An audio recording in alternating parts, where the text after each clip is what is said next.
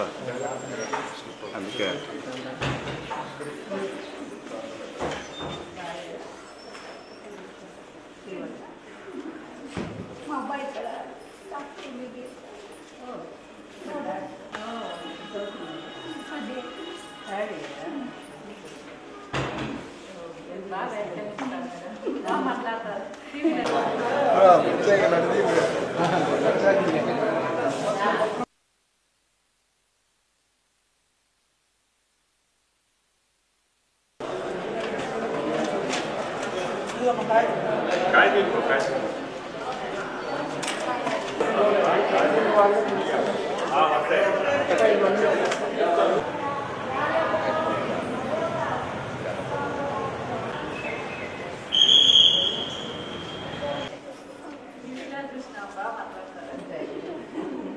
AIIMS ఇక్కడ ఇంత పెద్ద ప్రెస్టీజియస్గా పెట్టినటువంటిది సెంట్రల్ గవర్నమెంట్.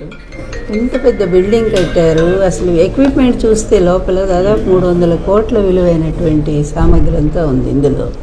ఇంత గొప్ప హాస్పిటల్లో మనం ఎందుకు వెళ్ళి ఎంకరేజ్ చేయకూడదు? అందువల్ల నేను మా స్టాఫ్కి కూడా అందరికీ చెప్పాను, మా తెలుగు అకాడమీలో కూడా. అందులో ఫీజులు ఎంత 10 రూపాయలండి వీళ్ళకి.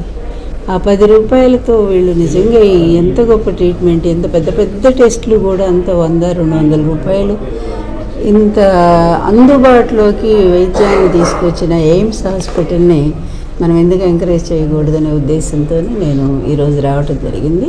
అలాగే మా ప్రభుత్వం కూడా జగన్మోహన్ రెడ్డి గారు ఈ హాస్పిటల్ గత ప్రభుత్వంలో కేవలం ఎంఓయూ మాత్రమే, కానీ ఈ ప్రభుత్వం వచ్చిన తర్వాత దీనికి ఎన్ని రోడ్లు, తర్వాత పవరు, వాటరు, ప్రత్యేక పైప్ లైన్ నుంచి వాటర్ సప్లై చేస్తూ ఉంది ప్రభుత్వం. ఎంత ప్రోత్సాహం ఇచ్చారంటే ఎయిమ్స్ హాస్పిటల్కి జగన్మోహన్ రెడ్డి గారి ప్రభుత్వం, అది చాలా గొప్పగా అందరూ చెప్పుకుంటూ ఉన్నారు.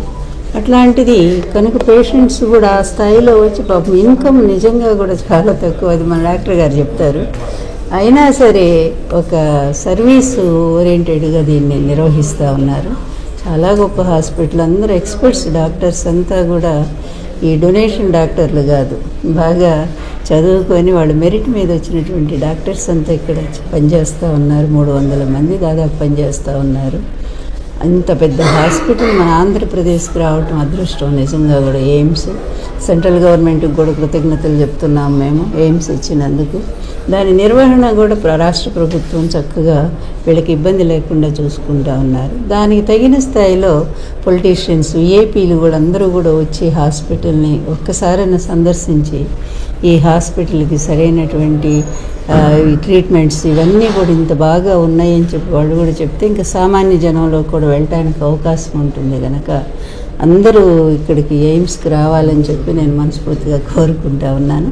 చాలా బాగుంది ట్రీట్మెంట్ విధానం కానీ, టెక్నీషియన్స్ కానీ, దానికి సంబంధించిన ఎక్విప్మెంట్, రూమ్స్ కానీ, ఫెసిలిటీస్, ఎన్ని రూమ్స్ ఏదో ఒక మాయాబజార్కి వెళ్ళినట్టుంది నాకైతే. ఎటు రావాలో కూడా తెలియనంత పెద్ద హాస్పిటల్ కట్టారు. అందువల్ల ఎయిమ్స్ అనేది ఇప్పుడు అందరికీ ఒక అందుబాటులోకి వచ్చిన గొప్ప వైద్యశాల. అటు కేంద్ర ప్రభుత్వం, రాష్ట్ర ప్రభుత్వం ఇద్దరూ కలిసి ఇది నిర్వహిస్తున్నటువంటిది ఒక గొప్ప వైద్యశాల కనుక ఇది అందరూ ఉపయోగించుకోవాలనేది నా రిక్వెస్ట్. Thank you.